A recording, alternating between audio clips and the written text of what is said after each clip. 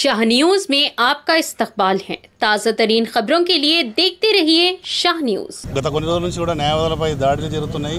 దానిలో భాగంగానే గత వారం కూడా మేము ఒక భార్యాభర్తల న్యాయవాదులపై దాడి జరిగితే తీవ్రంగా పరిగణించడం జరిగింది, దానిపైన ప్రొటెస్ట్ చేయడం జరిగింది। దాంట్లో భాగంగానే మన సీజే గారు కూడా అంటే ఒక మన రాష్ట్రానికి ఉన్నత జడ్జి కూడా అంటే న్యాయవాదులకు రక్షణ ఈ విధంగా ఉంది కాబట్టి వాళ్ళు కూడా ఒపీనియన్ ఇవ్వడం జరిగింది స్టేట్ గవర్నమెంట్ కానీ రావాలని మొన్న చెప్పారు। అందులో భాగంగా నడుస్తుంది। మళ్ళీ మొన్న మా సంతోష్ అని చెప్పేసి మన అడ్వకేట్ని ఎస్ఐ గారు ఇంటికి వెళ్ళి ఇంట్లో నుంచి బట్టలు లేకుంటే కూడా అట్లా గుంజుకొని వచ్చి బయట తీసుకొచ్చి తన జీపులో వేసుకొని వచ్చి దాడి చేయడం జరిగింది। వాస్తవంగా సంతోష్ గారు ఎటువంటి తప్పు చేయలేదు, వాళ్ళకి సంబంధమే లేదు కేసులో। ఆయన ఇంట్లో రెంట్కు ఉంటే ఇంటి ఓనర్ గారు ఏదో కేసులో ఇన్వాల్వ్మెంట్ ఉంటే వీరిని వచ్చి మీరు మాకు పోలీసు సహకరించండి లేదంటే ఉంటే కోర్టులో చెప్పుకోండి అని చెప్పి బలవంతం తీసుకెళ్ళి జీవులు కూర్చోడం జరిగింది। కాబట్టి దాన్ని దృష్టిలో ఉంచుకొని వాళ్ళ మేము న్యాయవాదులందరూ కూడా రాష్ట్ర వ్యాప్తంగా ఫెడరేషన్ బార్ అసోసియేషన్ అందరూ కూడా ప్రొటెస్ట్ చేయడం జరిగింది। అందరూ కూడా కోర్టు బహిష్కరించి నిరసన వ్యక్తం చేస్తున్నాం। దీనిలో భాగంగానే కంటిన్యూ చేద్దామనే ఆలోచనతో కూడా అందరికీ మెసేజ్ పంపించడం జరిగింది। రాష్ట్ర వ్యాప్తంగా కూడా న్యాయవాదులు కూడా అందరికీ విన్నపము, రేపటి నుంచి కూడా అందరూ కూడా మన న్యాయవాదుల చట్టం వచ్చే వరకు కూడా తీవ్రంగా మనం ఉద్యమం చేసి మన చట్టాన్ని న్యాయవాదుల పరిరక్షణ చట్టాన్ని సాధిద్దామని చెప్పేసి మీ అందరికీ మనవి చేస్తున్నాం। దానిలో భాగంగానే మొన్న సిపి గారు కూడా జరిగింది। సిపి గారు కూడా రెస్పాండ్గా ఇచ్చారు కాబట్టి సీఎం గారికి అపాయింట్మెంట్ నిన్ననే అడిగాం మనము। వారు మోస్ట్లీ సీఎం గారు రేపు ఎల్లుండి అపాయింట్మెంట్ మాకు ఇవ్వచ్చు। వారికి కూడా గవర్నమెంట్ రాకముందు కూడా రేవంత్ రెడ్డి గారు చెప్పారు న్యాయవాదులకు ఏమున్నా కూడా అన్నీ మేము చూసుకుంటామని చెప్పింది కాబట్టి వారి దృష్టిలో ఉంది కాబట్టి మాకు కూడా మేము వెళ్ళి కలిసి రేపు ఎల్లుండి ప్రెజెంటేషన్ జరుగుతుంది।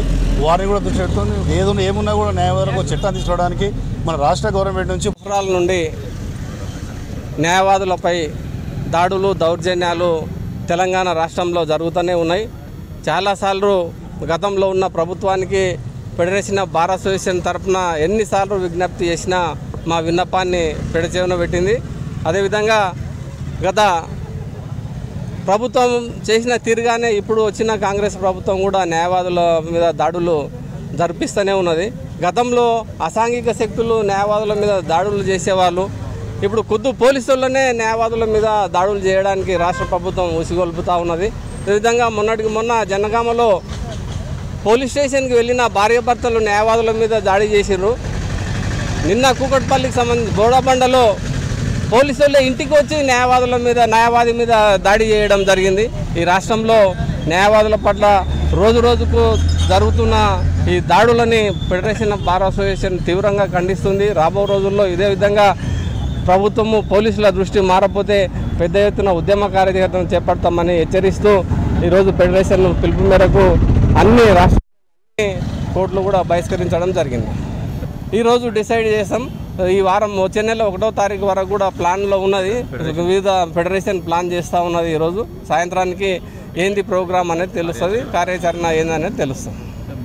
రక్షణ చట్టం తీసుకురావాలి, న్యాయవాదుల పట్ల గౌరవంగా ప్రవర్తించే తీర్పు తీసుకురావాలి।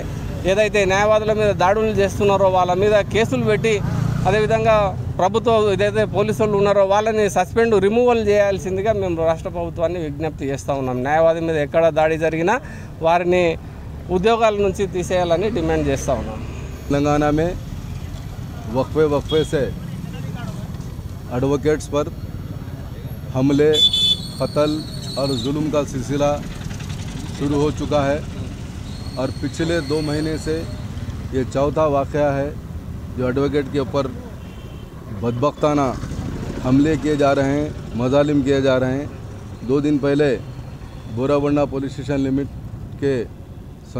लिमिट्स की तरफ से संतोष नामी एक एडवोकेट को गैर ज़रूरी तौर पे जो कि अब घर में प्राइवेसी में बैठे हुए थे उसी हालत में उनको घर के बाहर लाया गया, जीप में बिठाया गया और ले जाके पुलिस स्टेशन में गया। ये इंतहाई बदबख्ताना अमल है, चूँकि बग़ैर एडवोकेट के ये समाज में इंसाफ की रसाई हो ही नहीं सकती।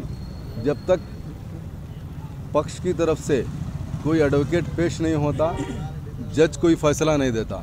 ये सोचना चाहिए अगर इसी तरीके से चलता रहेगा तो अगर एडवोकेट आज़ाद नहीं रहेगा, उसको ही किसी किस्म का अगर प्रोटेक्शन नहीं रहेगा तो आज़ाद तरीके से किस तरीके से इंसाफ दिला सकेंगे। इसलिए हुकूमतों को protection bill, advocates protection bill को लाना चाहिए। मेरा डिमांड ये है जैसा कि कलकत्ता का वाक़या हुआ उस पर supreme court of India immediate action लेते हुए एक पिल ले ली है। इसी तरीके से चीफ जस्टिस ऑफ तेलंगाना से मेरी गुजारिश है कि इसको सोमोटोली आप लेते हुए अगर इनके ऊपर केस करेंगे और ये लोगों को सही तरीके से कानून के तरीके से करेंगे तो वक्त उस तरीके से एडवोकेट्स प्रोटेक्शन बिल आ सकता है, वरना इस तरीके से काम करते जाएंगे तो एडवोकेट आज़ाद नहीं रहेगा। ये मैं हमेशा से ये कहते हुए आ रहा हूँ, आज भी ये कह रहा हूँ, ये पुलिस वालों को सोचना चाहिए। ये लोग अगर सस्पेंशन होते हैं या रिमूवल होते हैं तो इनको भी नौकरी दिलाने का काम एक एडवोकेट ही करता।